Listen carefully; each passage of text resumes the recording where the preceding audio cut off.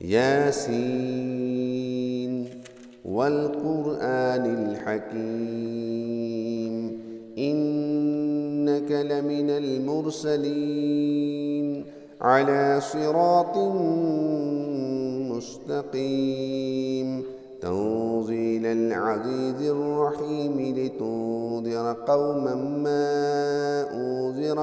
آباؤهم فهم غافلون لقد حق القول على أكثرهم فهم لا يؤمنون إنا جعلنا في أعناقهم أغلالا فهي إلى الأذقان فهم مقمحون وجعلنا من بين أيديهم سدا ومن خلفهم سدا فأغشيناهم فهم لا يبصرون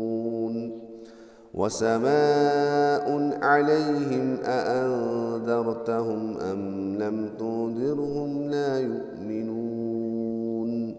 إنما تنذر من اتبع الذكر وخشي الرحمن بالغيب فبشره بمغفرة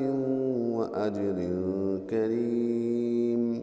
إنا نحن نحيي الموتى ونكتب ما قدموا وآثارهم وكل شيء أحصيناه في إمام مبين واضرب لهم مثلا أصحاب القرية إذ جاءها المرسلون